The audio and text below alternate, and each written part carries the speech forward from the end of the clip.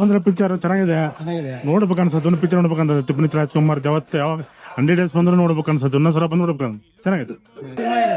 ತುಂಬಾ ಚೆನ್ನಾಗಿತ್ತು ಸರ್. ಮತ್ತೆ ರಿಲೀಸ್ ಮಾಡಿ ತುಂಬಾ ಚೆನ್ನಾಗಾಯ್ತು. ಫಿಲ್ಮ್ ನೋಡಿದಂಗ ಆತಪ್ಪ, ಹೊಸ ಫಿಲ್ಮ್ ನೋಡಿದಂಗ ಆತ. 20 ವರ್ಷ ಹಿಂದೆ ಹೋಗಿದ್ದೀವಿ.